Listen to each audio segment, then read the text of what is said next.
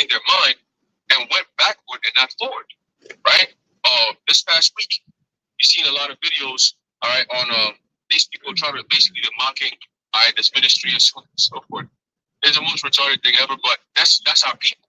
In a nutshell, that's literally the children of Israel. That's just how they've always been, you know. So it's time for the Lord to bring that purging, so he could get that serious-minded people back into their right mind, okay? Because it starts with the elect. The elect already got it. They understand the seriousness of this matter. But the rest, they don't get it. They don't understand it. There's nothing we can do about that. We can't go like all these other camps talking about, oh, we trying to save the nation, or we coming together for the community. You see these niggas, man? Ain't nothing left to save, bro. Once the elect is gone, there's nothing else left to save. There's nothing there. You're just wasting your time at that point, right? These are the type of things that you might go in there trying to save them, and they drag your ass into the destruction, man. You know, there's a fire in the building. Let me go save these wicked ass niggas. Why would you do that? The Lord is bringing the fire to the building for them to be dead, man. Not for you to try to go save them. So these other camps trying to save these wicked ass niggas, they're gonna get put away too, man. That's just how it is. All right. Anyway, so continue. It says, it's verse 25. Since the day that your fathers came forth out of the land of Egypt, unto this day I have even sent unto you all my servants, the prophets, daily rising up early and sending them. Yet they hearken not unto me, nor incline their ear, but harden their neck. They did worse than their fathers, man. So niggas is doing worse things now than what they did back, even building a golden calf and worshiping it. Right? The Lord is saying you niggas did worse. Right? You're doing worse than what your fathers was doing back then. See, it's like the shit that Jake was doing to cause us to be in this situation, right? While you're in this situation as a punishment, you're doing worse than the shit that got you this punishment in the first place. What the fuck is wrong with these people? That's why the Lord has said he's going to send that judgment. He's going to deal with all you wicked ass people. There's no salvage in this, man. You got to go. You got to go, man. And it's evident. That's why the Lord sent the videos out, all right, to show the world this is why the judgment is coming. Okay? When you have the word of the Lord being mocked like that, this is the type of judgment that comes. Okay? Verse 27 says, therefore thou shalt speak all these words unto them, but they will not hearken to thee. Thou shalt also call unto them, but will not answer thee. And see? So this is why we're not looking for the whole entire community or the whole entire nation, or we're trying to save the nation. Clearly, the Lord said they're not going to listen. So only go for the elect, and that's it. See, the true men of the Lord were always going to have the same message, which is the same message Yahushua had when he was here 2,000 plus years ago. He's only here for the elect. He that had an ear, let him hear. Okay? That's a spiritual hearing. That's when you hear the calling, right? And then you bring your ass in this thing and you follow exactly what the script says, and then you be good. You see, but when you try to deviate, you try to add your own shit, try to take away from it, you ain't part of this, you gotta go. And the Lord gonna weed your ass out. Okay? It says, continue, it says, thou shalt also call unto them, but they will not answer thee. But thou shalt say unto them, this is a nation that obeyeth not the voice of the Lord Yahweh their power, nor receiveth correction. Truth is perished and is cut off from their mouth. Right? So that's why when we rebuke and we bring out the truth, what do they call it? We call it hate. Oh, why y'all hating? Oh, why y'all always getting on these camps? Oh, why y'all can't just come together and let's be in peace? Nigga, you don't get it. You just don't get it. Right? Mixing oil and water, you're never gonna get a nice little mix. It's always gonna be the oil on top. It's just not gonna work. Okay? So that's just the message, man. We're doing the same things that the Lord said to do. He told Jeremiah, and he told him the end result of that. Just like how he told Ezekiel, he said, I'm going to make their foreheads hard against your forehead. Okay? They're going to be disobedient. Right? Jeremiah said what? They are Sodom's children. They are foolish. You know, to do evil. They got doctorates, degrees in evil. They got PhD. These niggas is wicked as all hell. Right? But then when they get gunned down and judgment comes, then all of a sudden there's an uproar. Oh my goodness, why is this happening? Oh, this and that. You niggas just don't get it, man. You don't get it. And now niggas talking about they about to go for command. Yo, the judgment just gonna keep rolling, man. The Lord is gonna keep spraying judgment left and right, because they just don't get it. All right, you got it, bro. Yeah. Yesterday too, I saw an headline that was saying that there was a foiled tea attack, like a plot for a tea attack in New York by somebody from Canada, and it was like Islamist kind of related kind of situation. And what's interesting to me is like it's a very interesting time that you had the IUIC and the Nation of Islam do that whole, do that whole like joining and union and stuff like that. Yeah,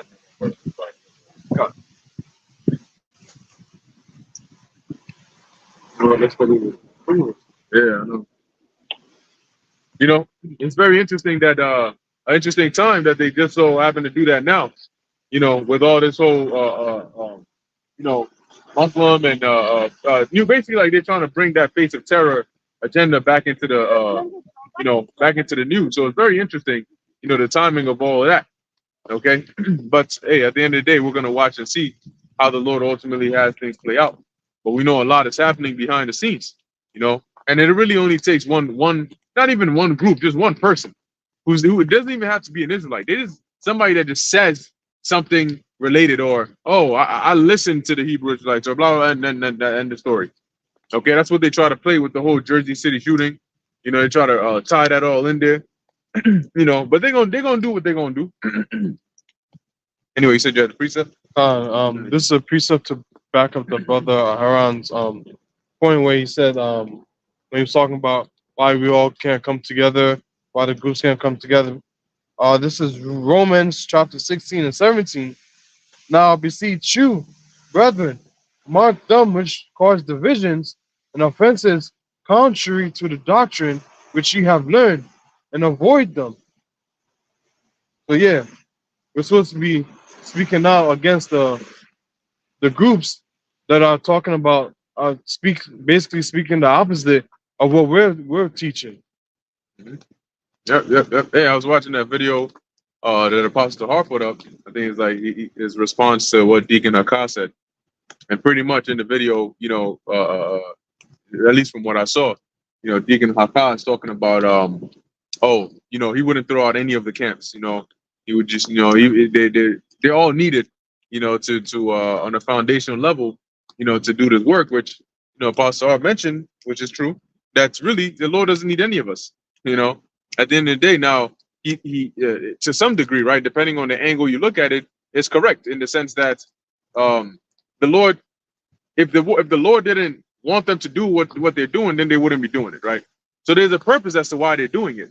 But if you're looking at it from the angle of who's teaching the actual correct truth, and you're talking about throwing out those that are not teaching the correct truth, then very well you can throw them all out, especially if they're not of the elect. Okay, but guess what? The elect are going to find the truth regardless. Okay, but it's not. Then he mentioned the MOTB and the new moons, and I forgot what the other one was. As like those are not deal breakers. Those are deal breakers. Okay, because the MOTB teaching that wrong is going to get millions of people put to death. So that is a deal breaker. Okay, especially if you know what it is, and you're telling people to go and take the jump shot. That was a big deal breaker. All right. And he even admitted, he said, yeah, that was crazy. That was wild telling people to do that. Okay, so that was it. He told people to go and do that, and then that was it, right? It's just wild. And then we just keep it pushing, but we'll still keep him in the fold anyway, right? But then he comes out and he tells you, okay, go and take the C hip. Then we're still gonna keep them in the fold. You understand? Yeah, I was gonna say that's false prophet type energy right there. That Deacon Hakah guy, that's false prophet type energy, man. When you come out and constantly, I remember a few years ago, the first time I saw him, that's when he was when you know how I feel about that whole spirit of trying to speak up against people who are older than you. I don't fuck with that shit. And the first time I'm like, yo, if you're the truth, bro, especially when you learn from men who've been in this thing, laboring and serving the Lord even before some of us were born, right? And then you found out the truth, go to salvation through these men, and then you turn around and disrespect those men. To me, I don't count you as a man. I don't see no integrity in that. That's not a man of integrity or character. The Lord is not dealing with a nigga like that. That's just how I look at it, right? I could be wrong, but trust and believe the Lord is not dealing with niggas who are rebellious and that type of time. The Lord says, I'm gonna send leaders out there to teach you the way. But yeah, you're gonna turn around and disrespect those men. Talking about, yeah, you use the N-word, right, towards your elders, right? You say, oh, second in command against second in command. Nigga, you're not on the level of these apostles, man. These niggas ain't on no level, man. And it's very aggravating when you see shit like that, bro. In the Asian world, there's a type of time where in the Asian world, the kings would be like, yo, fall upon that guy, take his head off, man. You got a hat on, You know, how you serving the Lord and you got your hat on, right? You were growing up, you even come in the presence of an elderly, right? And you salute or you greet, you take your hat off, man. And you bow your head. That's the custom, okay, of a young man addressing somebody who's older than them. You bow your head. Even when you salute people, whenever we went to visit the apostles, we always bow our head. You know, that's just how you do it. That's just reverence, bro. That's just how you do it, man. Somebody who's older than you, especially in this truth, in this ministry, the highest office anyone could ever hold is serving the Lord, and you gonna come up here disrespecting like that? Like you trying to make yourself equal to them? That's a problem. Personally, I take it as a problem. You know, and if I'm taking it as a problem, you damn well sure best believe that the Lord doesn't like that type of energy, man. You know, when the scriptures tell you what they say, but you do the opposite. Like he's talking about, oh, the MOTV is not a big deal. That's a false prophet energy, bro. That's not a deal breaker. What you mean that's not a deal breaker? The scriptures telling you it's a goddamn deal breaker, man. Revelation 14, the 14th chapter telling you what's going to happen to those who take it. That's a deal breaker. Okay? It's a deal breaker to the Lord, right? That's why he said those who take it, this is what's going to happen to you. I'm not going to save you. I'm going to destroy you. How's that not a deal breaker? You got groups who are going to be teaching, oh, the MOTB is a deal breaker. You know, you better not take it, right? And then those who say, nah, it's not really a big deal. Go ahead and take it if you have to. Man, we just going to come to the same table and sit down and eat, and we're going to be comfortable with it?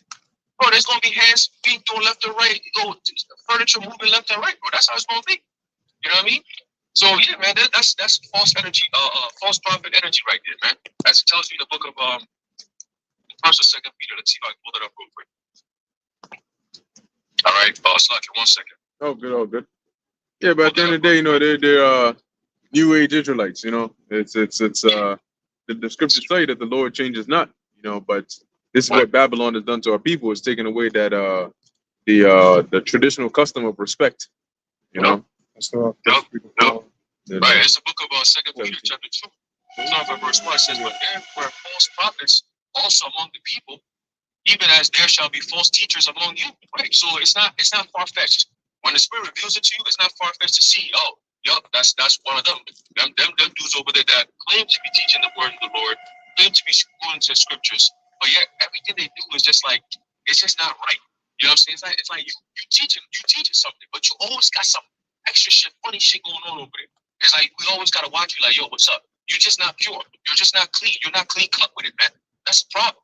But you always got some little funny shit going on. We watching you like, yo, what's up, bro? You know what I mean? What's up? You always coming up, and you're not coming up in the right way. It's always some controversial shit with you, and you stay relevant in that. That's a problem, man. And that's the Sakari niggas. That's what they do. All right? They'll go. Passover come up. They do a strip club shit. All this weird shit that's been happening over the past few years. There's judgment that follows with that. And the Lord does it on purpose to show, yo, these guys I'm not dealing with. I'm just using them to weed out you niggas that I don't want. Right? You just a nigga, you stumble into the truth. You're gonna be dealing with Sakari and the IUIC and other dudes. Now, if you happen to be of the elect, the Lord gonna remove you from there and bring you to the right spot. But if you're not, He's gonna send you right over there. Where there's debates, endless stupid fucking debates, just to debate. You know, what's the point of that? How we get edified by you just going on rants and debates like that, just to debate. You know, for what? Oh yeah, I cut you, man. I'm deep, man. What, bro? What we learning from that? Entertainment? You know what I'm saying? Entertainment? Shit. It says what? It says, even as there shall be false teachers among you, who privately shall bring in damnable heresies. Right? Saying that the MOTB is not a deal breaker, that's a damnable heresy, bro.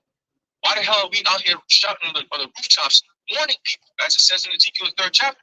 Warning, yo, we do bad videos, going to research.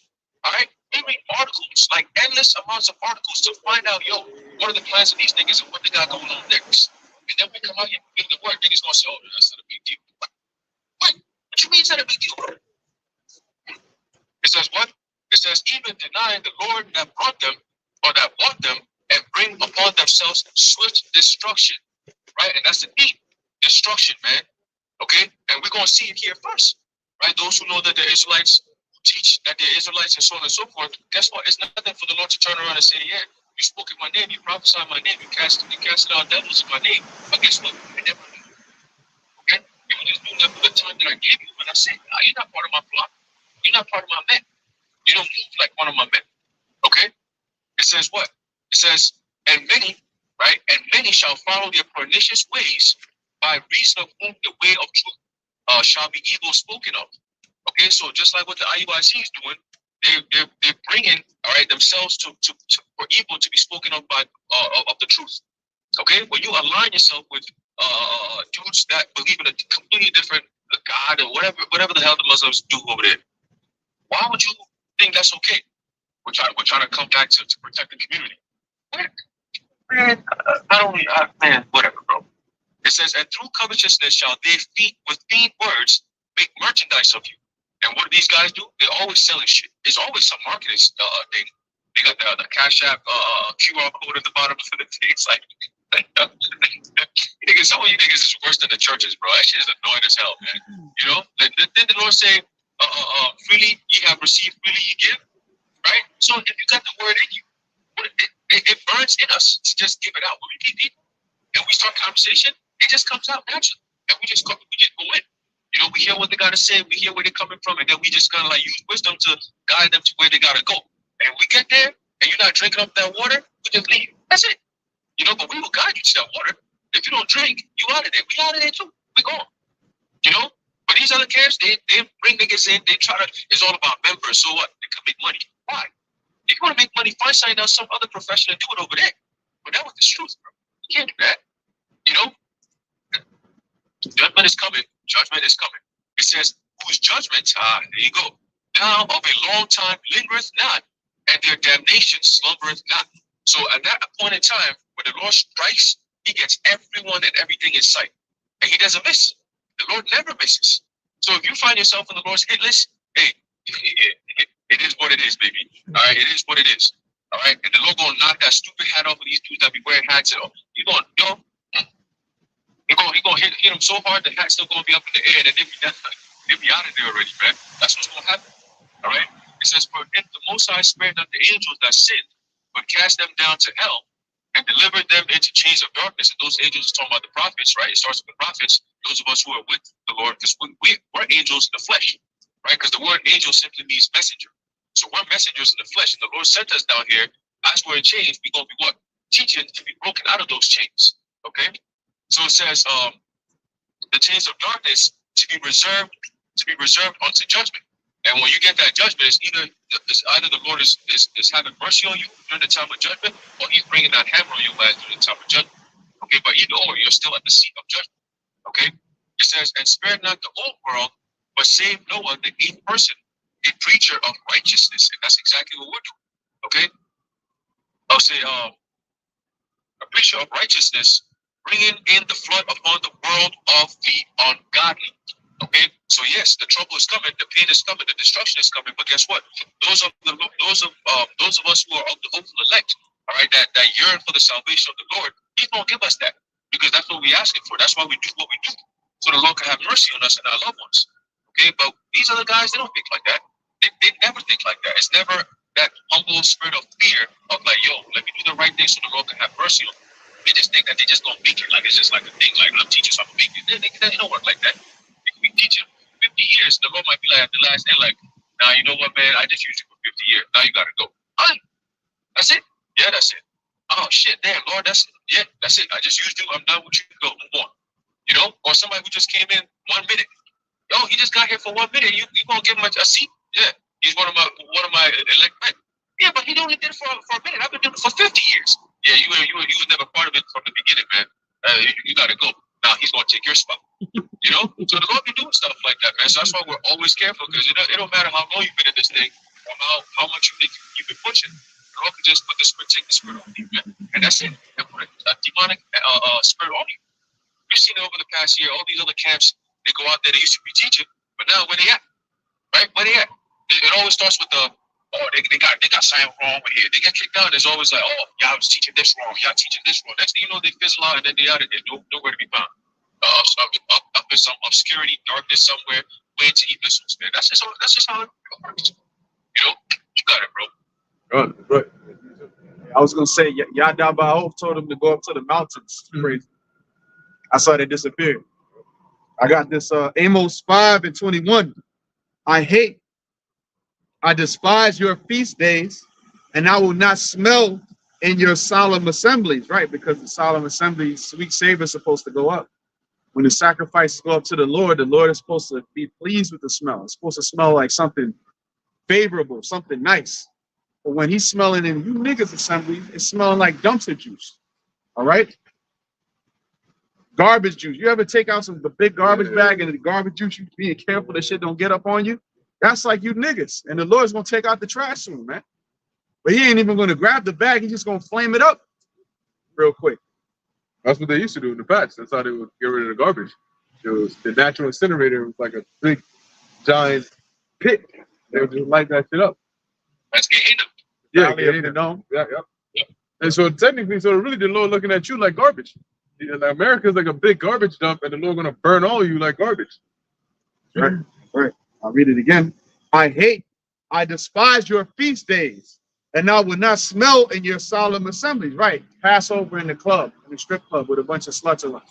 Well, he said, Salakia, he said that it wasn't in the strip club, but you just had strippers around you. What's the difference, bro? But that's how these guys try to get you. They do some wicked ass shit, and then they'll flip it on you. But look, I wasn't really wearing green when I did it. I was wearing red. You're wrong. Technicalities, like, bro, you're still wicked, bro. Oh, they didn't deal with that. Yeah, so take those technicalities to the Lord. Lord, yeah, we were in the strip club, but it wasn't really a strip club. It was just whores in it. Come on, bro. You know, but again, that's an example. IUIC, same thing. ISUPK, Nassau Coliseum, the WWE intro for a Passover, bro. The Lord ain't dealing with that, man. You know, Johanna's gonna DDT somebody off the top rope, you know, and that's the promo. The Lord ain't dealing with that, man. You see, because these solemn feasts, what is supposed to be a solemn feast? The Passover is supposed to be solemn. Don't go to Josiah's Passover because you got to have discernment. That was back then. Now is the time where you have to be able to discern that, all right, the Lord, we're in the time of the Lord's Passover. Yahweh Shai's Passover. And the scriptures speak about eating it unworthily. Right? You know, eating of it unworthily. And you guys are having Passover, you're doing things, you're wearing fringes, calling yourselves Israelites, but your behaviors and things that you're doing is off. The wicked scribes and Pharisees, they kept the laws, but they were hypocritical about it. And there was different things that the Lord picked them apart about. And they looked at themselves as though they was better than other men. IUIC perfectly fits the mold of the wicked scribes and Pharisees. And the scariest part is they can't see it themselves. They think they're righteous. Yeah, but that's why the final judgment is coming, because then, depending on who gets hit, you'll know what the Lord's thoughts were. You know, as it says in 2 Ezra 16, that's how they be known who am I chosen, right? So when it's known who the Lord's chosen are, it's also known who he didn't choose. But that's going to be known by judgment. See, when your ass is starving to death, you're going to realize, okay, maybe the Lord didn't choose you after all. And that wisdom of Solomon 5th chapter going to start jumping into people's heads, you know? Hey, I got the definition for solemn. I sure mentioned that word, okay? And that's how we're supposed to keep the Lord's Passover, right? The word solemn says formal and dignified. It says not cheerful or smiling, very serious. Yeah, it's supposed to be a very serious thing. It says characterized by deep sincerity. That's what it means to be solemn. All right, so when we come during the Passover, brothers, typically we're not having a good time during the Passover. All right, we come in as quiet for the most part, right? It's very serious, okay, and it's very spiritual. It's heavy. It's always a heavy spirit during the Passover evenings, man. These guys, it's a party spirit. Talking about the Josiah Passover, bro. Yahweh's Passover goes above and beyond Josiah's Passover. Yahushua is the Passover. And look what he did. Look what he went through. See, that's why the sincere men of the Lord, we remember that, right? We remember that feeling, that heavy feeling of that night, you know? So we bring it back into this time and we read the scriptures and we're in it. Because Yahushua comes into the midst of us. So we're in there and we're reading it and we're like, damn, Lord, you feel that spirit, man. These are the guys, it's a party spirit. And that's why the Lord gonna crash that party, man, period. That's just what's gonna happen. Okay? You got it, bro. Back in Amos 5:22, though ye offer me burnt offerings and your meat offerings, I will not accept them. Neither will I regard the peace offerings of your fat beasts. Yeah, because at the end of the day, this is also why Yahweh came on the scene to teach us the right way to do these things, right? Because he has always been with the Father, so he knows exactly what is pleasing to the Father. And the point here is that it's not about the physical motions that you're doing, but about the inward, and that's why when you look at I think it was the woman that gave like 1 penny versus the the I don't know, somebody that was rich that gave a lot, whose was more acceptable, right? Because it's from whose comes from the heart. Because you know that based on that woman's heart, if she had more, she would give. But based on that individual's heart, you don't know if he had more and he just gave that little, but it just looks like a lot. So at the end of the day, the heart tells you a lot. Really, you can almost see someone's future by their heart, how they behave. Okay, in a situation like this, I know this is somebody I can count on. In a situation like that, I know I gotta watch out for this guy.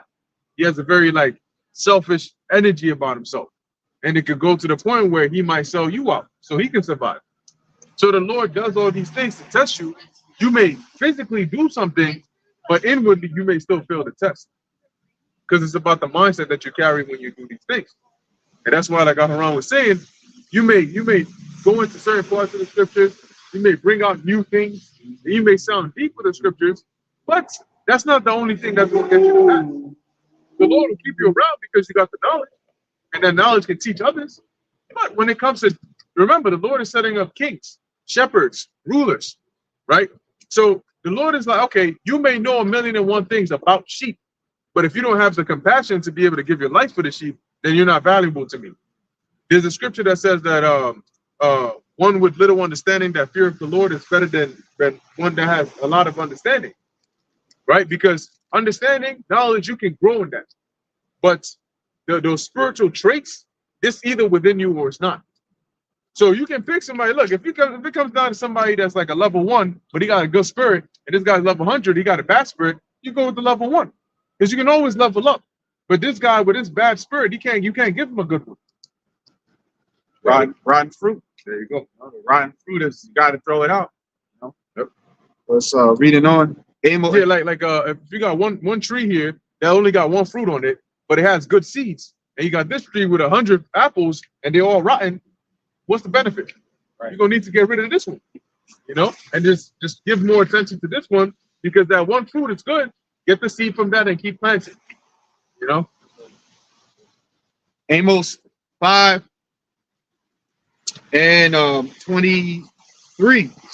Take thou away from me the noise of thy songs. Hear that? The Lord calls it noise. It's polluting his ears. Imagine this, right? Certain areas, for example, on those 4th of July days, Independence Day, and yada yada. Here it is, you're trying to sleep, and then these gremlins just start turning on that loud ass music, and you're wondering, bro, how loud does your speaker go? Because you like 2 blocks down the street, and I'm hearing you here at 3 a.m. and I'm trying to go to sleep. Like I got work in the morning, I gotta wake up at 6, and they playing this loud ass freaking Spanish music or some shit, damn guitar and shit. Darling, darling, oh man, I'm tired of hearing darling, bro. It's been playing this shit on repeat for like 5 times already, man. But the point is, it no longer sounds like music, it just sounds like noise, or those obnoxious ass, when they drive those little cars that's like 2 wheels in the front, 1 in the back, and they just driving around loud ass music, the slingshot, and you don't even hear the music, you just hear your freaking car is shaking and shit. That is noise. Okay, that the videos are like, this is a work of art, this is bullshit, that is bullshit. And that's how the Lord feels with your holy days, as compared to those that are sincerely keeping it. Yeah, because we don't have all the frills and the flashiness and the big extravagance of it all. But that's like these guys with them cars playing all that noise. But at the end of the day, the Lord is dealing with the meek. Right. You just showing out for attention. Mm-hmm. The same way that they're showing out for attention with the Passover.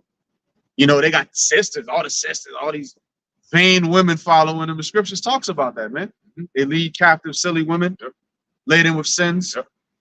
The social media Israelite woman, that's the worst kind, man. Deep down, she don't even believe in Yahushua. She's an OT only deep down. Posting about it, but she might be with one of these guys. Yeah, OT. Sakari would be cool. I seen it. I think I seen one of these Sakari guys. I don't remember if it was Alizé. He was over there posting something on an OT only chick's page. Salute to you, sister. She don't even believe in Yahushua, man. You see the vanity of these guys? Reading on, Amos 5 and 23, take thou away from me the noise of thy songs, for I will not hear the melody of thy viols. But let judgment run down as waters, and righteousness as a mighty stream. So that's what the Lord wants. You know, judgment and righteousness to run down like as a mighty stream. And that's what he's going to have happen, right? That's why he has allotted this time right here, you know, of Jacob's trouble to take care of that. So after that's done, it's going to wipe away all the wickedness, all the pride, all the arrogancy. You know, for the most part, it's going to wipe it down. You know, and then the Lord is going to come back, Yahushai, he's going to completely, you know, polish it nicely. Remember, like we read earlier, as the way of the judge or the ruler is, so are the people. So when Yahushua comes up into power, oh, and it also mentions so are his officers. So when Yahushua comes up into power, that's why it says we're going to be joint heirs and we're going to be like him. And then we're going to implement the ways of righteousness in the earth with spiritual power. And that's never been done before. You know, so imagine that. You try to come up against us, and here it is, you know, like in the boys, you get lasered down, like this guy, Homelander. You know, next thing you know, here it is, you talking, and then you see the brother's eyes turning red. You better stop talking right then and there, man, because next thing you know, you cook all the way, literally. You know. So anyway, in that time, like we just read, like we read earlier, in that time, righteousness is going to be instilled back in the earth. But the whole point is, this final judgment that's coming, the Lord is justifying it by heightening up, you know, the wicked behavior of our people right now. So it's known, and it's no surprise that, damn, the Lord brought this judgment upon them. Well, look at what they did. You know, they pushed his hand, they triggered him, they did all manner of wickedness. Still got that in 1 Peter. All right, here we go. This is 1 Peter chapter 14 and 17. And it reads 4 and 17. Oh, Salah. 1 Peter 4 and 17. And it reads, for the time is come that judgment must begin at the house of God. Yeah. So the time has come where judgment must be. Now, who's bringing the judgment? The Most High, right? The Lord is bringing that judgment. Go ahead.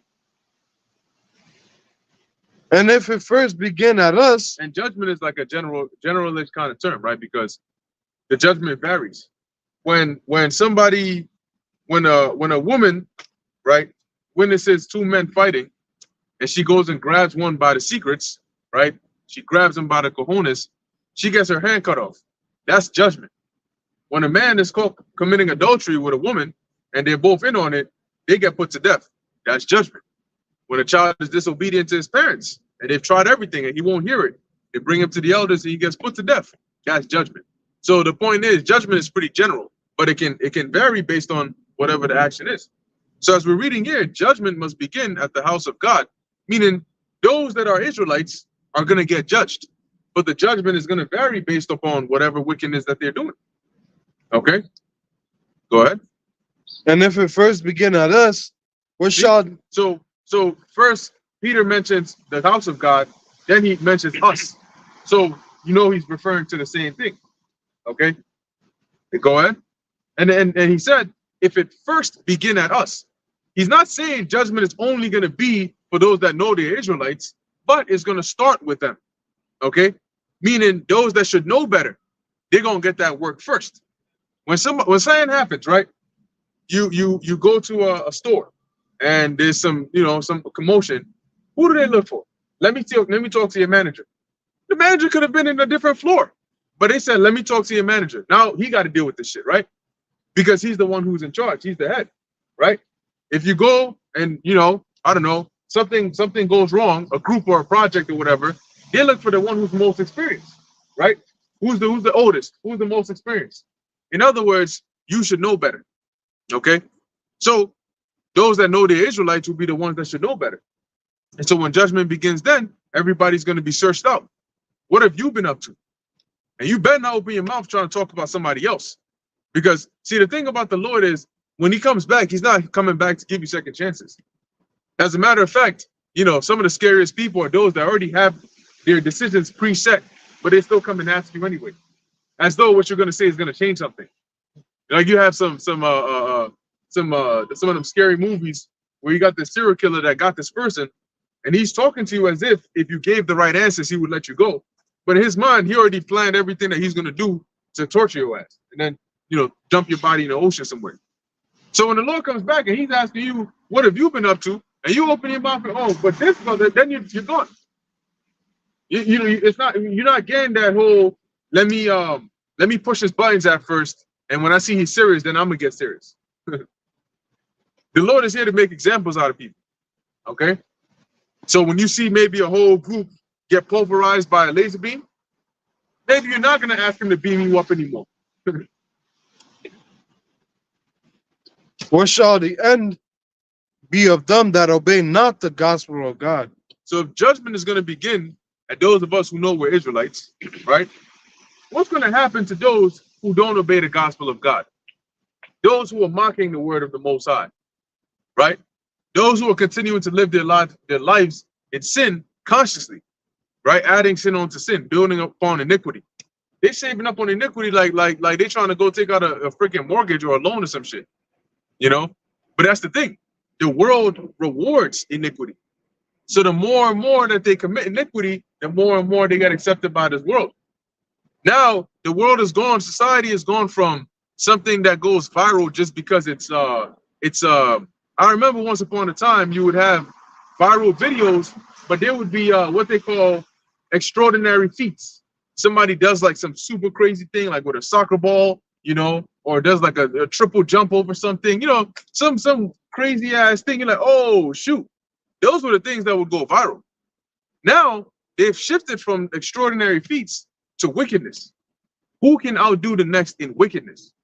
Those are the things that go viral now, and that's because that's what people have an appetite for, which goes to show you that there's a wicked spirit out here anyway. I wanted to add to what you said before about the Lord being set on his decision. And it's just like a lot of these world leaders, like Putin right now, we know what they're going to do in the end, but there's still room for them to have diplomacy. Putin said he might favor Kamala, whatever it is. At the end of the day, the Persians, the Iranians, they're saying that they're going to try to have some type of peace meeting with the Israelis.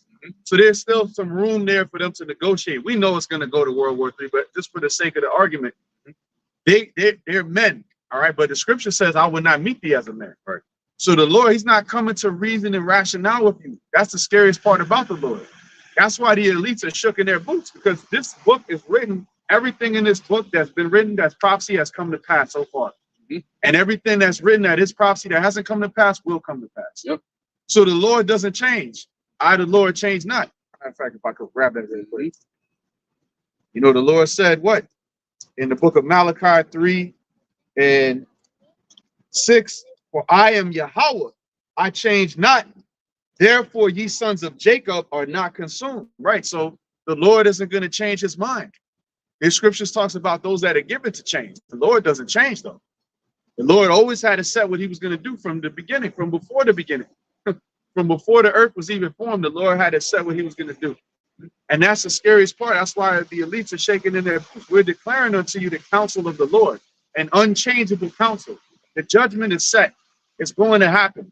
Now it's just a matter of how, who, where, when, why. We know, the vision is getting clear every day about how this is going to go down. But we know ultimately it's going to be World War III Armageddon.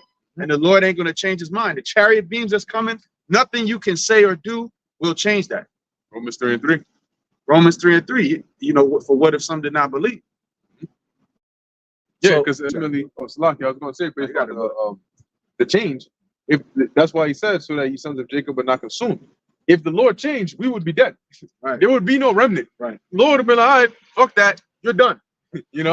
Why? Lord, you promised. Well, that me is gone. And that's what people do. New year, new me. If the Lord was to do a new year, new me, every year he would need to recreate spirits and then destroy them, and recreate spirits and then destroy them. But because he keeps his word and he changes not, the same Lord that loved us from the beginning is the same Lord now. The same one yesterday is the same one today. Because man, the trials and tribulation, it's like Israel trying to put the Lord through Jacob's trouble with all this stress. Yeah. And he's just going to return the favor. You come to somebody with a slap and they hit you with a punch. You come in with a Glock and they hit you with an RPG. That's what it's like when you try to go against the Lord. Another one. God. You mentioned Romans. This came to mind. Romans 8 and 28. And we know that all things work together for good to them that love the Most High. And to love him is to fear him and to keep his commandments to the best of our ability. It says, to them who are the called according to his purpose, for whom he did foreknow, he also did predestinate to be conformed to the image of his son, that he might be the firstborn among many brethren. Right. So, hey, whom he did foreknow, that means he already had it set to do. He predestinated these certain men. So the immortality that's coming to the elect, there's absolutely nothing you can do to stop it. You can open up 10 certain portals. All right. You can unleash the demonic forces and nothing is going to stop it. Because remember, the Most High controls that anyways. Whatever you do. All right. Even in death, you can't stop the immortality that's coming to these men. Right. You got it, bro. Beautiful, beautiful, beautiful. So I think we're reading in actually, let's jump to Isaiah 65 and 12. Or really, we can get to 13, and then also Second Ezra, the second chapter, because like you mentioned, all these things they've already been set, they've already been written. What you got to understand is your mind, your thoughts, those are things that are preset in itself. Everybody stops believing in the Lord, and all of a sudden he disappears. No, what you're going to see is judgment, and then you're going to believe in him again. Believing in someone or believing in the existence of the Heavenly Father does not mean that you are you love the Lord or no. The Lord doesn't need you to love him to believe that he exists or to believe in him. Okay. Guess what? Them people in the neighbors of the Israelites, they believed the Lord was real after the terror that he brought onto Egypt. They just knew him as the terrible God, the God of Israel. But they didn't know him as the loving, Father, the Lord of peace. No, they knew him as a terrible demon-like power because of how much destruction he brought. So the Lord doesn't need you to love him to believe in him. And that's why he says, fear the Lord. You want to love him, you want to hate him, he don't give a damn as long as you do his work. So we'll show love is through action. So I got Isaiah 65 and 12. That's it. Isaiah 65 and 12. Therefore will I number you to the sword. That's okay, yeah, that's good. So the Lord said, I will number you to the sword. Now remember, we're talking about a God here, right, that knows, I think it's in the Apocrypha, the days of infinity, the amount of hair on everybody's head. So, I mean, you can barely even count the hair on one of your fingernails, on your fingernails, your knuckles, and the Lord knows every strand on top of everybody's head. So do you think that, because the scriptures tell you, don't say he will be pacified for the multitude of my iniquity, because there's so many people out here, the Lord's just going to let me slide. Oh, there's people out there doing even much worse things. At least I'm not committing murder. Bro, you're doing, listen, you got the wrong person. That's what we're trying to explain to you. Like, you can, with man, you can hide amongst the crowd, right? Some shit was going down, but you weren't doing the worst thing, And so you were doing something you weren't supposed to do, but the dude's attention is on the guy doing the worst thing, so you get off the hook. The Most High don't do that. He gets everybody, okay? So the same God that knows every strand of hair on everybody's head is not going to miss the fact that you were doing this, that, and the third on this day. You're going to get judged for it. The Lord doesn't deal in like a queue form. All right, you come. All right, then you. All right, then you. Then he wouldn't be omnipotent and he wouldn't be omniscient. Okay. So that's the fear of the Lord, is that you can't escape his judgment. And that's why the Lord looks at the inward parts too, because you got some that, like there's a saying, there's a scripture, right? You slip with the tongue, but not with the heart, because we're still in the flesh.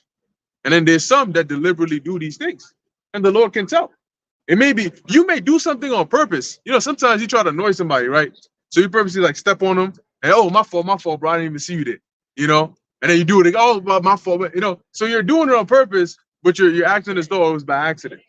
And they might believe you for the first 2-3 times until they stop that shit, But with the Most High, He knows whether you did that intentionally or whether you did it. You know, you gonna commit adultery. Oh, my fault, bro. I'm sorry, man. I'm sorry. You know, I don't know what came over me. Yeah, you gonna find out what's about to come on you. You know, And to add to your point, like dealing with the murderer, right? You could say that, oh, there was a murderer, but I didn't partake. But did you condemn the murderer? Did you speak against what he was doing? Right. Otherwise, you're a part of the problem. Right. Even with amongst us, the Lord ain't even dealing with us doing bare minimum. The Lord wants us to excel in the faith. So it ain't even enough for us to just say, well, you know, I ain't partaking. No, He wants us to be on fire. Right. He wants us to come out here and give it our all. So if He's that harsh with His own servants, what do you think is going to happen to you people out there in this world, man? You know, going back to, you know, real quick, these other camps, you know, that are, you know, halfway in, halfway out. They don't have the full doctrine. You better off being in the world and not knowing anything than to have known and still play around with this thing. but now they're screwed because it's too late. It's too Even if late. they wanted to, they can't. Yeah, exactly. It's already set. Everybody's in their lot. That's another scary thing about the Lord. Yep. If you fell out of this thing, the Lord made you fall out. Yep. If you stayed in it, that was the Lord. So what do we have to glory in? Exactly. Hashem Yahushai. That's right. That's it. That's right. Yep. Yes, sir, bro. Yeah, Khan, I was going to add on to what you said about the Lord's judgment, right? And you know how people, you know, those who don't know Yahweh Shai, you know, they think, like you said, they can just do stuff and get away with it just because they don't think their infraction or their crime or their sin is as bad as another person. Well, sometimes the Lord might say, yo, the guy who is doing all these sins right now, I judged him in his past life. So he's been pretty much exonerated from what he was doing back then. So his leash to commit sin is a little bit more than what you get.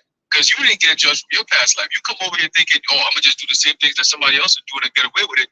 Well, guess what? You might not be so lucky. Some people get judged as soon as they get born. You know what I'm saying? It's like, the Lord ain't letting you go like that. You know? But it's the book of Deuteronomy chapter 7, starting at verse 9. It says, know therefore that the Lord Yahweh, thy power, He is the most high and faithful, which keepeth covenant and mercy with them that love Him, and keep His commandments to 1,000 generations, right? So generation after generation after generation for thousands of years, the Lord still maintains everything that He says He's going to do, whether you love Him or whether you hate Him. If you love Him, He keeps His commandments, His covenant with you. When you hate Him, that's what He does. Verse 10, and repayeth them that hate Him to their face, to destroy them. He will not be slack to him that hateth Him. He will repay him to His face. Damn. Hey, that's a God of war right there. Oh, That's yeah. a God of war. That's right. Because He knows when I'm bringing that judgment, ain't nobody gonna stand in my way. So yeah, He said, I'm gonna bring that judgment to your face. What are you gonna do about it? Right. Nothing. You're just gonna have to eat it. You know, and if it's gonna result in your death, it is what it is. You see, and at that point, you can't plead a case. All right, look what Antiochus was doing. See, he did all that atrocity, committed all those sins, and abused the Lord's people. And then at the very end, when the Most High struck him down, what did he do? Now he repented. Now he wants to be serve the Hebrew God and ask for forgiveness. And no, nigga, all right, your judgment is a side effect of your actions. So when the action is already committed and the judgment comes, you don't get to look at the judgment and say, "Oh Lord, no, the action is already committed." And this is what comes after it. It's a cause and effect. Without the cause, there is no effect. So once you get the effect, that means you had a cause. See, but most people look at it and be like, they look at the effect and wonder, oh my goodness, what happened? Well, go back to the cause. That's what judgment means. Whatever you do, you pay for it. If it's right, you get the blessings. If it's wrong, you get the punishment and the judgment. Simple as that. See, and that's why the Most High is a just power, because He's not going to let you just slide off. Wickedly. No. Look at King David. The things that he did. Right? He did it in secret, but the Lord punished him openly. He didn't put him to death per se, but he still had to go through the shit where he never had peace in his own household, man, until the day he died. All right? Even when he was on his so-called deathbed, he had his sons, Adonijah, trying to be king, and there's a whole controversy, and he has to be, hey, listen, put Solomon on the mule and put him around so they could see that he is the one who's anointed to be king. It's like, hey, and listen, not believe his first four sons all got put to death. You know, like it's like a family of turmoil. His favorite son, Absalom, got put to death. Right? That's a tumultuous lifestyle to live as a king. You see? But that's because of what he did in secret. And the Lord said, nah, you're my man, but I'm not going to let you go like that. No way. All right? I'm not going to put you to death, but this is what you're going to have to deal with. All right? Yeah, that's just what it is. You know the deal, and you know what you did. All right? Punishment for your actions. Simple as that. All right? But you got it, bro. Yeah, that's a very good point. You know, sometimes less pain for a longer time is more painful than, more pain for a shorter time. You know, and that's pretty much what he had to go through, where you seek it. It's like you never have peace. But like you mentioned too, the Lord's judgment is like uh it's like a reaction, right? Like if you put your hand in fire, you don't blame the fire, right? No, you don't go and get burnt and blame the fire. Oh, the fire burnt me, it's the fire's fault. It's your fault. Because the fire burning you, it doesn't matter what you do, everybody knows fire burns. You know? So it's your fault for putting your hand in there, because there's not gonna be a day where you put your hand in fire, it doesn't burn you. So that's how people really gotta think of the Lord's judgment. Don't get mad at the Lord because he judges you. That's like getting mad at fire because it burnt you, or getting mad at water because you jumped in the deep side and you drowned. That's how it's meant to be. You stepped outside without an umbrella and got wet, and now you're mad at the rain. Doesn't work that way. So when you start to look at the judgment of the Lord that way, then you understand that no, it's on you. Okay? When you go and commit this action and then this happens, that's because this thing always, the Lord said, if you do this, I'm gonna do this. Now the Lord can have mercy, right, and decide not to give you that exact kind of judgment, or he may just say, I'm gonna give it to you at another time. Now imagine, right, if fire worked that way. Here it is, you jump into this burning flame of fire, and you don't feel anything, and then randomly 2 weeks down the line, you just feel this like burning sensation on your ass from that 2 weeks ago you jumped into that fire. Here it is, you knees deep in some monkey, you know what I'm saying, and not that literal monkey, but you know what I mean. And then this burning sensation just rush up on your whole body and shit. So the point is, sometimes the Lord will do that. The scriptures talk about that. He will reserve the wicked for the day of destruction. And the thing is, think of it like this. Imagine you got some service that you got, and the service decides they're not going to charge you every time you use it. They're just going to keep piling up. And then one day, boom, they just hit you with the total bill. Imagine how that feels. That's how the judgment of the Lord is going to be. It's going to be overwhelming. Damn, I did this. I did that. I did this. I did that. I did this. And then the Lord didn't judge me for any of those right then and there. But now he's bringing this judgment for everything together. I got something. Ecclesiastes 8:11. Because sentence against an evil work is not executed speedily, therefore the heart of the sons of men is fully set in them to do evil. Imagine, you take out a loan, right? And they tell you, before you can take more money, you got to pay this one back within that first month, or a credit card. If that was the case, people's credit card bills wouldn't be that high, because with the credit cards, they allow you to keep taking more and more. I mean, eventually you'll get to a limit, but they'll let you keep taking more and more. You take more and more loans over and over and over again. But because they don't put a hard limit right then and there, people just accumulate more and more and more and more and more till they can't pay it anymore. And the Lord is saying here, well, via the scriptures, you go and do some wickedness in the ancient world, judgment will come upon you. You get caught, you get judged right then and there. But now people are thinking, you said I shouldn't go there. I went there. Nothing happened. Okay, now I'm comfortable. Now every day I'm gonna keep coming here. I'm gonna keep coming here. I'm gonna keep coming here. I'm gonna keep coming here, because in their minds they're like, well, I went there, nothing happened.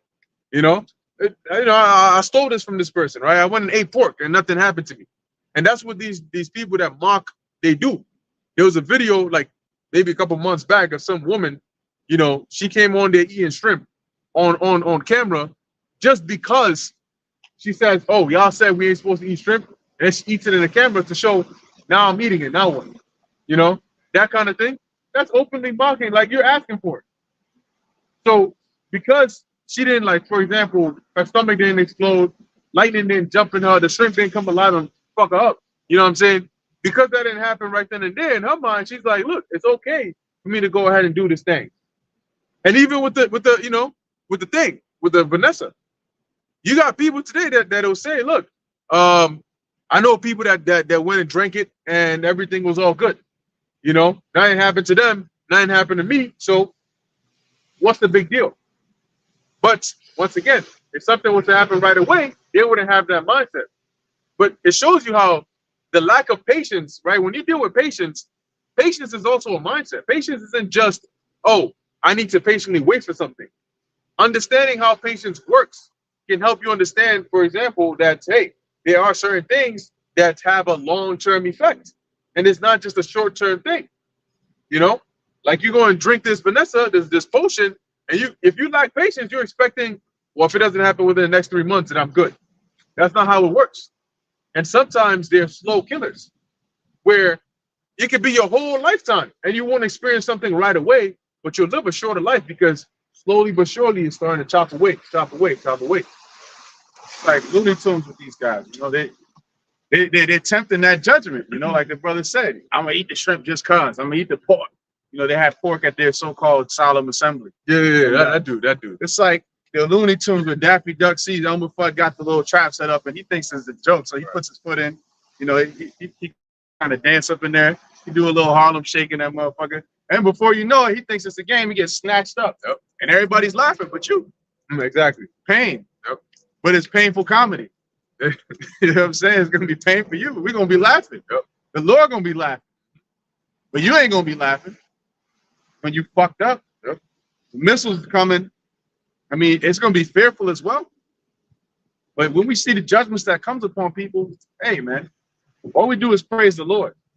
You know, when a cop come and shoot an evil, wicked nigga because he's doing some foul, trifling shit he wasn't supposed to be doing, we're not thinking of marching.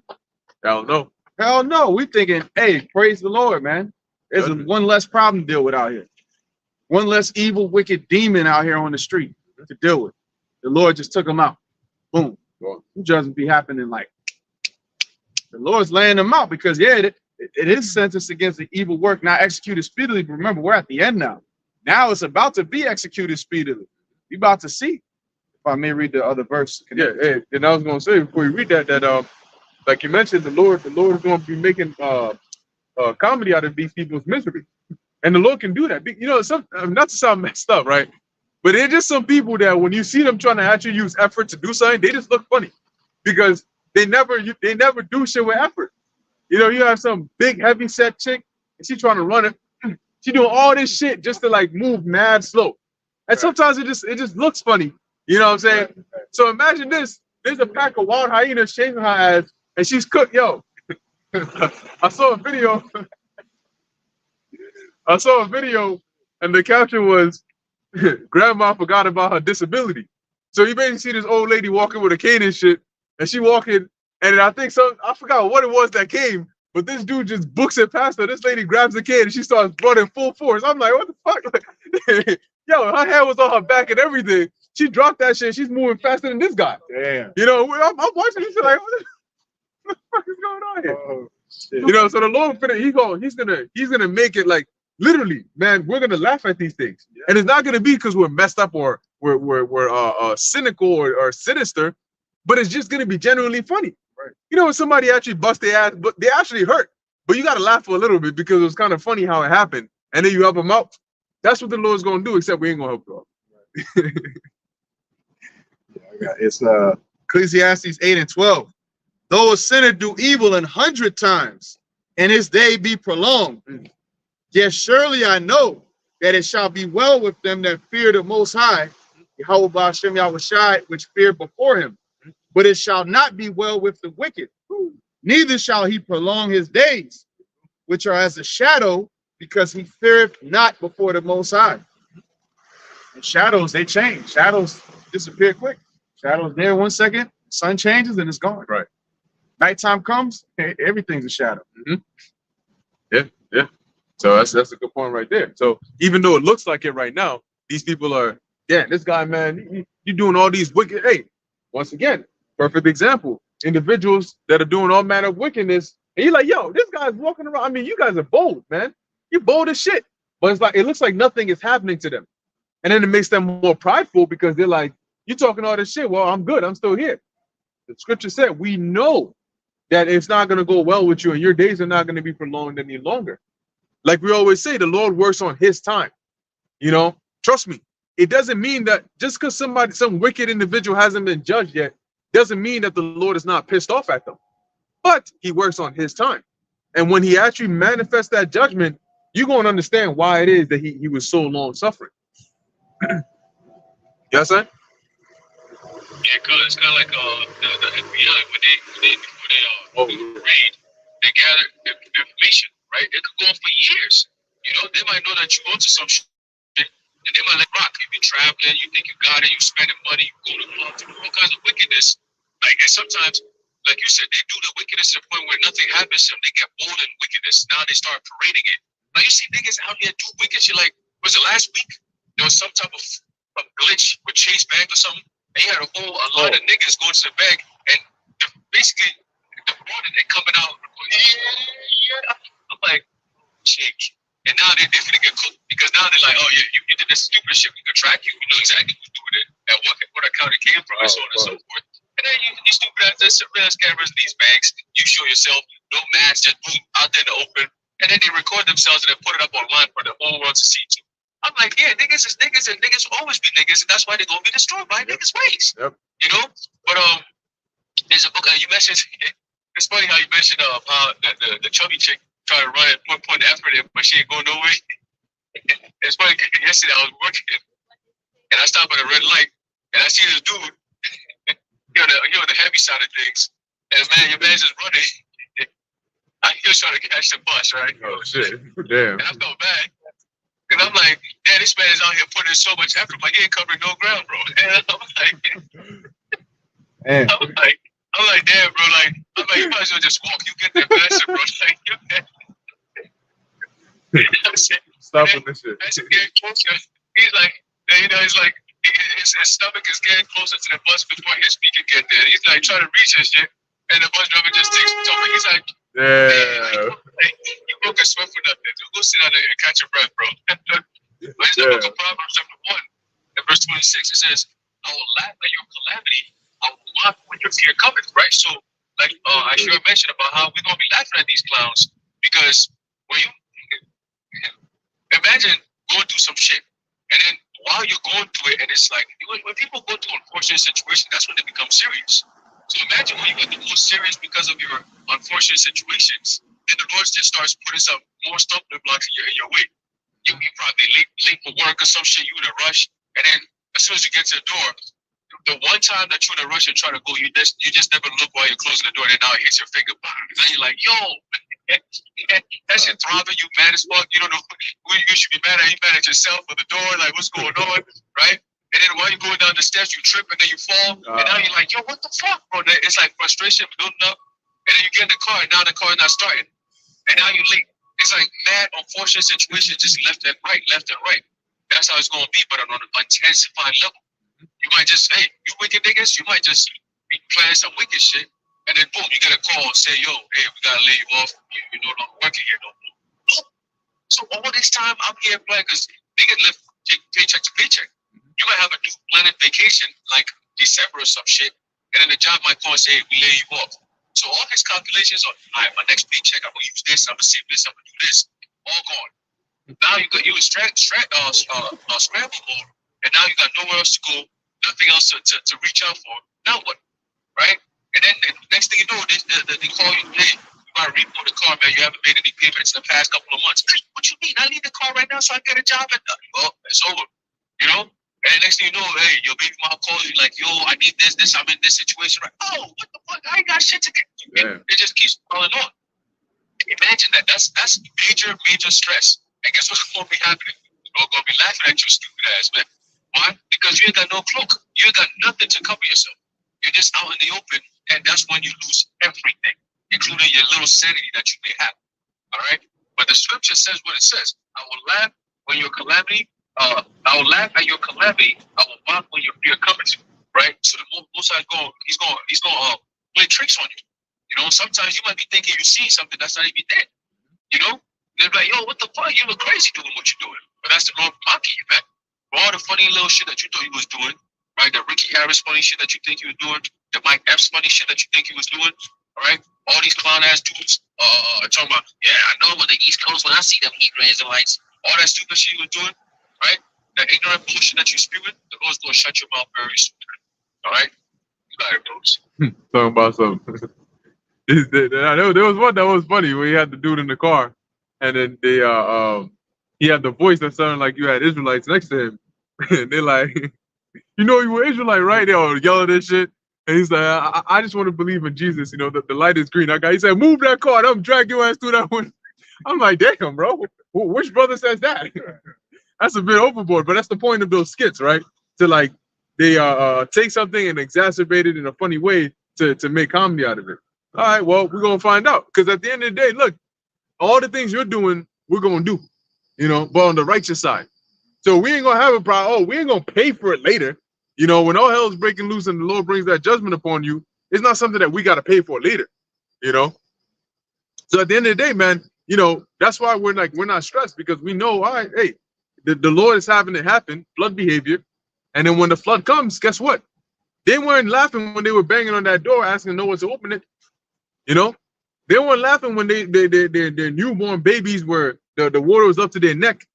You know, and they're like, shit, I gotta hold this baby afloat, and I gotta, you know, because imagine that, like, if you've ever seen the movie Titanic, right? With you know, we all know that one movie Titanic, and as the water starts rising, for those that were in the actual ship as it was sinking, you know, it goes from the low, then it's going up, and you may be stuck in a certain room, and you're trying to figure out a way out as the water is rising. Then it's up to your waist, then it's up to your neck.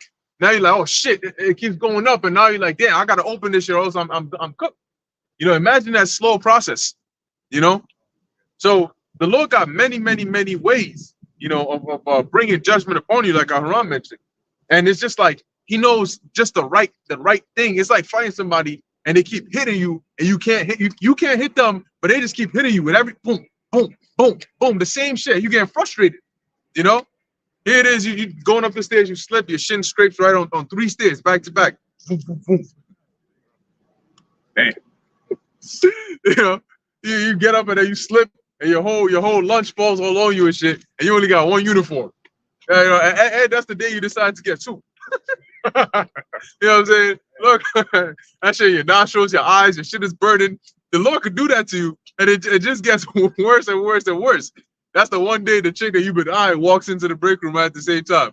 So, are you okay? Like, oh, look at me, man. Keep pushing, bro. You know? So the Lord is like, hey, don't mess with the Lord, man. Don't mess with him. Let's just put it that way. Hey, the Lord could put you in a literal pile of shit. Yeah. And see you climb out of it. Just for us to laugh at you. Fall back into it. That's the spirit too, because we mentioned the garbage earlier, right? Yeah. The garbage truck drove by and the garbage man saluted us. Oh yeah. The driver. So, hey man, the Lord be giving us signs left and right. Yep. I had this real quick. Well, actually, did you want me to go back to Isaiah 65? Now you bring your thought. Then Galatians 6 and 7. Be not deceived. The Most High is not mocked. For whatsoever a man soweth, that shall he also reap. There you go. Whatsoever a man soweth, that shall he also reap. And look, you're not gonna put an apple seed in the ground and get an orange or orange tree. You're not gonna plant oranges and then get bananas. Whatever you put in there is what's gonna come back out. You're not gonna do wickedness and get a righteous reward, and you're not gonna do righteousness and get a wicked reward. So all of you, the thing about it is, you've already sown the wickedness. So it doesn't matter what you do now. What's coming up is the judgment for your wickedness, you know, as a reward for the things that you've done. So as it says, whatsoever a man soweth, that shall he also reap. And what you're going to reap, because when you put the seed in the earth, it's not the seed that comes out, right? It's a tree, and then it bears fruit. So when you sow wickedness, it's not wickedness that you're going to get back. You're going to get judgment. Judgment is the reward for wickedness. You're making a transaction right there. Anytime you do an action, if it's righteous, if it's wicked, there's a transaction going on over there. You know, you just ate a nice bacon, egg, and cheese, pure pork, extra pork grinds on the side. That's basically you saying, look, I'd like to purchase a good round of judgment on this. Next time you come back, okay, you seeing this person, you thinking of, you're going to commit murder. All right, I'd like to make another purchase, some judgment on my ass. Okay, cool. That's what you're doing. But they don't see it that way because they're looking at the first half only. You know, they're just looking at the now, the here and the now. And you know what drives them is those demons. They know very well that it's a wicked thing to commit murder, but they won't let their conscience talk to them. Instead, they'll let the reward of pleasing the flesh, like, I was able to look hard, you know what I'm saying? I put this dude down because he talked shit to me. you know, and they know it's wrong. They feel it in their conscience, but the part of them that says, now everybody gonna respect me on the block keeps them going. Okay. And it's gonna take you right. That the demons are gonna push you right into judgment and close the door on your ass. And that's a beautiful comparison you made of like basically you getting a ticket, like you going on Expedia.com and getting a first class ticket to the Lake of Fire every time you do some wicked foul shit. You know what I'm saying? That's the discount part of the site. You get up on there, you know, because a lot of people they like to go to countries and travel and shit. So that's a comparison we'll give you. Go on Expedia and book yourself a one-way ticket to the Lake of Fire, nigga. Enjoy. You ain't coming back. It ain't a round trip. It's a one-way. All right. And then and see how that goes for you.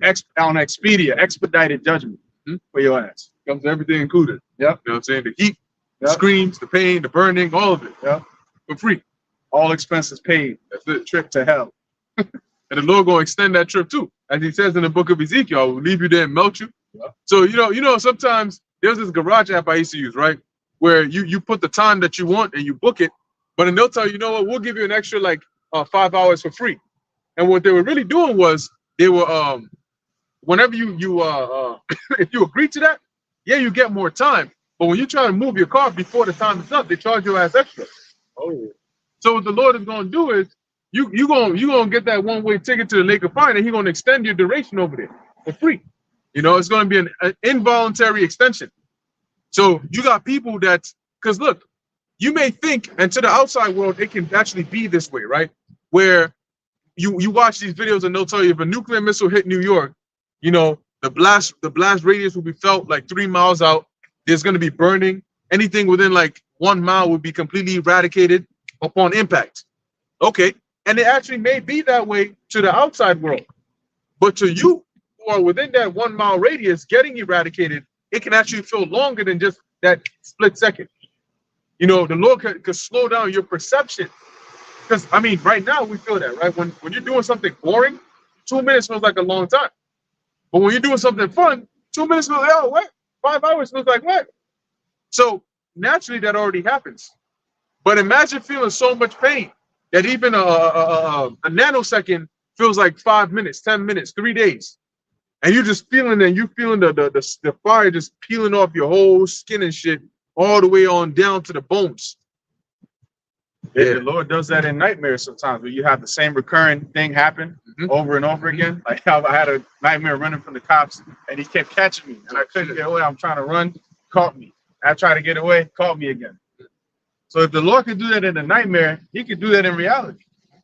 And the scripture also says, the Lord said, what was it? That fear not him who has power to kill the body, roughly paraphrased, but him that has power to kill. To basically put you in fire for a very long period of time, man. You know, if a brother, what's that? But can kill the body and soul in hell. Yeah, that's the one I was thinking of. But yeah, fear him. Yahweh by Hashem Yahweh Shai has the power to do that, man. To really make it feel like a long ass time, man. You know, you thinking, oh well, I'm gonna just die. If I die, I die. Remember, I was teaching once, an Edomite came up and he said, oh, I'm going to die anyways. Like, bro, you don't really, people who just say things that they don't understand what they're speaking unto themselves. That's the scary part. Ooh, I think there's a precept I was thinking about.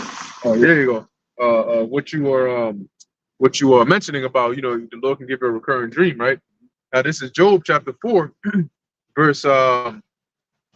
It says, now we think. And Job, man, he definitely has to be, you know, when you read the book of Job, the actual sayings that are in there, there's a lot of deep knowledge in there, you know. It says, now a thing was secretly brought to me, and mine ear received a little thereof. In thoughts from the visions of the night, when deep sleep falleth upon men, fear came upon me, and trembling, which made all my bones to shake. And that's them nightmares. You know, you wake up in a cold sweat.